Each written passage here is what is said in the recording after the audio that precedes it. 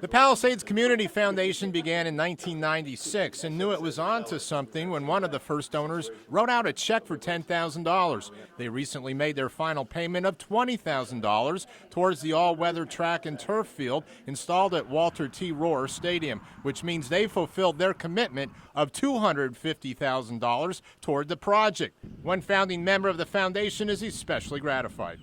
Well, it's very satisfying, I think, especially for those that started the program. But everybody continued on and really grew it. And it's got to be one of the top 5 things I've ever done in my life, actually.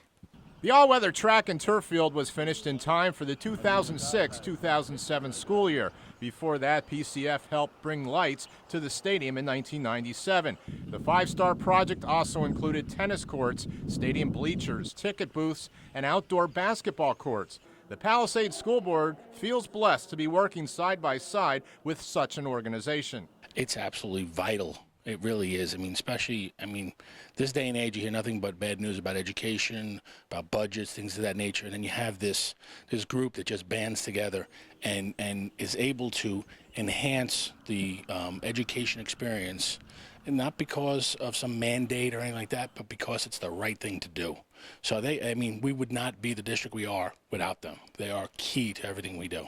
Having all this support through local businesses in a largely rural area in Upper Bucks County makes the success even more unique. They're not out there for their own benefit. They want to go, they roll up their sleeves, they take on these huge projects, and they go out and they just do it.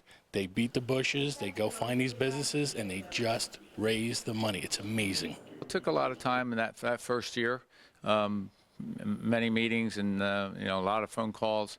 But as the board grew and people attached themselves to the project, the more people you have, the better off it is. So, you always get back more than you ever give on anything like this. Oh, it's funny because every once in a while I'll catch myself when we'll have events. Like we had graduation last year, and you walk on it and you get to see the entire picture as you're walking down the track that was put there with their help, and you look across to the bleachers, the visitors' bleachers, and just the entire project. It's a beautiful, beautiful area of the school district, and it is the center of our district because we don't have a town center.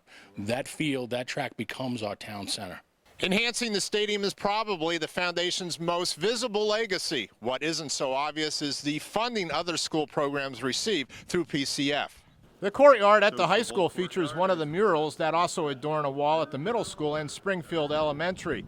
That and a 25,000-piece Lego man are examples of what the foundation has funded outside the athletic. Stadium lights that are behind us, the bronze wall recognizing our vendors and sponsors, have helped us to create programs for our students in athletics, in the arts, which again we couldn't have done alone. And it speaks to the value that this community places on education.